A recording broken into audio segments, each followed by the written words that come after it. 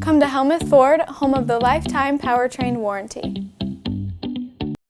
Hi, this is Stacy from Shuttler Insurance Services. Come see me on the east side of the square in Sigourney for all your insurance needs. Southern Iowa, it's rodeo time. The 2025 Albia Chamber Main Street Rodeo returns Saturday, June 7th at the Monroe County Fairgrounds. Rogue Rodeo brings us 8 thrilling events, a bull ride showdown, comedy from Ronald Burton, and the dazzling Diamonds and Dust performance. Gates open at 5 p.m. for food, fun, and high-energy action await. Tickets on sale now at albiachambermainstreet.org. Adults $15 in advance, $20 at the gate. Kids only $10. Saddle up for a night of tradition and thrill. Don't miss it.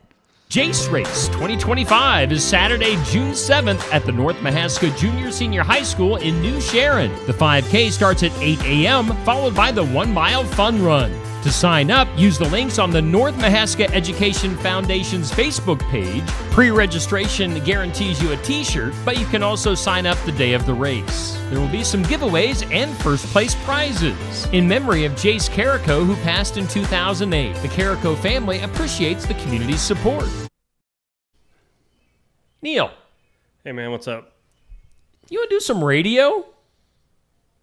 Radio? I haven't been on the radio for a long time. But yeah, that'd be cool. Cool. Skunk River Radio. Let's get skunky. Welcome back to the show. Welcome back to the show.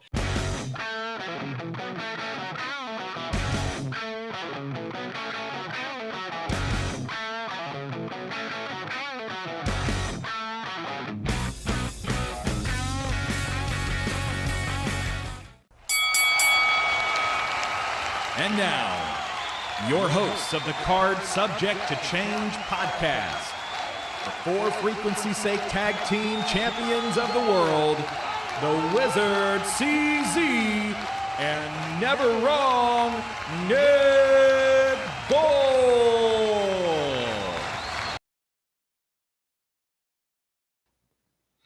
Hello, everyone, and welcome to another episode of Card Subject to Change, the podcast by the fan for the fan. As always, we are powered by Lopez Pizza, built by Durham Remodeling, and colored by Ryan Allison Tattoo. As you'll notice, my tag team partner, Nick Bull, Mr. Never Wrong, is not with us this evening. He was given some time off to celebrate his son's graduation, so congratulations to Landon Bull. But I've got a great show planned. I'm excited for our guest. Before we get him in the studio, have to give a huge shout out to Absolute Pro Wrestling last night for an amazing show, another pre-show podcast party, which was fantastic. Love those guys out there, Jason and everybody. Thank you for having me out there and having us do another one of those pre-shows. But speaking of Absolute Pro Wrestling, excuse me, we have a now former Absolute Pro Wrestling champion, and I hope that doesn't hit a sore spot for him because he just is fresh off his title reign, losing to the Brandon the Shank Eubanks last night. But I'm going to welcome in to the studio one Aaron Von Baron. I'm excited. Aaron, how you doing, my friend? Hey, how are you, Chris? I'm doing good. Welcome to Card Subject to Change. Thank you for having me. Absolutely. Happy to have you on. And this is the point in the interview where Nick will usually ask the first question, and it's the same question for all of our first-time guests. So I'm just going to pull the trigger. What got you into pro wrestling? What hooked you into this business? So my oldest memory of pro wrestling was something to do with Hulk Hogan. I can't even remember. It was probably a Saturday night main event or something. But then the next memory I have is Shawn Michaels throwing Marty Jannetty through the glass at the barber shop. Now, I'm going to hold that against you because Marty Jannetty threw himself through that window in an act of cowardice. That is fair. I will stand by that to my grave. That is true.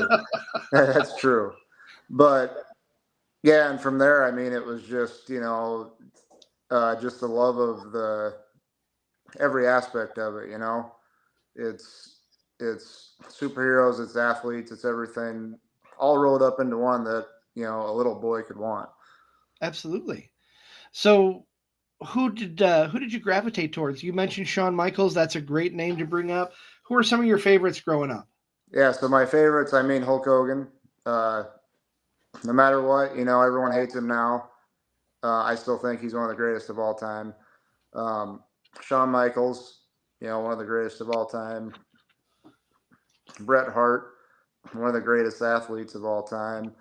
Mr. Perfect was up there. And I got to even say, and a lot of the guys back in the day after I started, they used to compare me a lot to Chris Benoit. I used to love to watch him, especially in the late 90s WCW days. Then Chris Jericho. Yeah, I mean, there's a lot of guys. You mentioned Benoit, and I will just go on record. I don't condone or agree with what he did.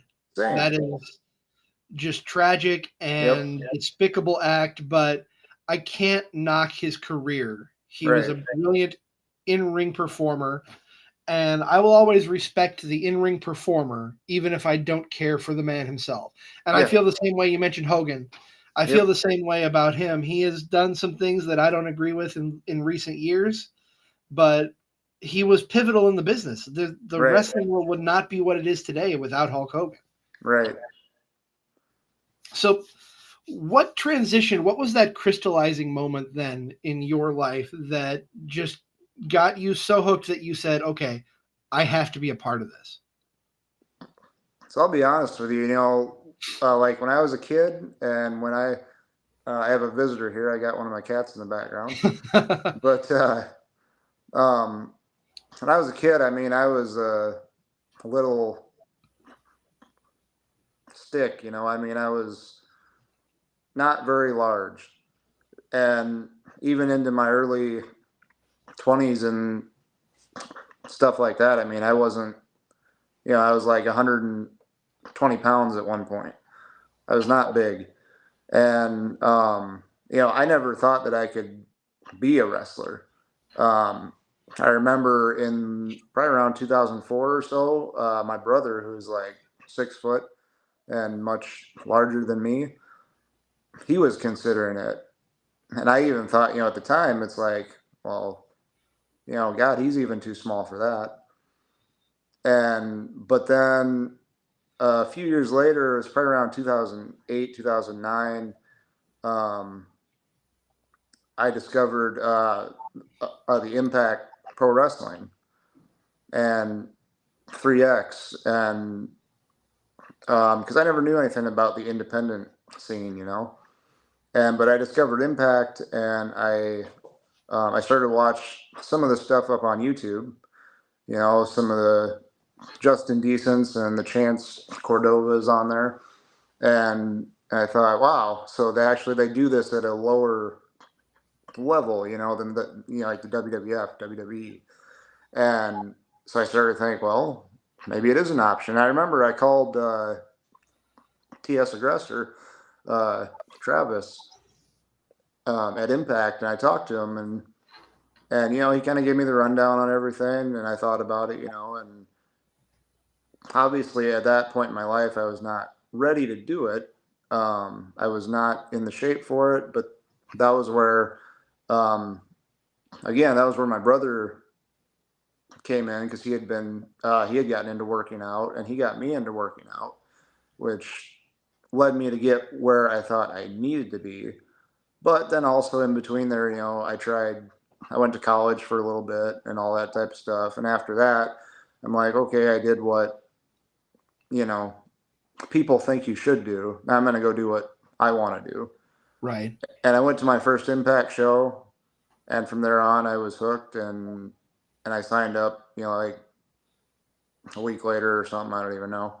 But, and then I started training in October, I think, or November of 2011. Okay.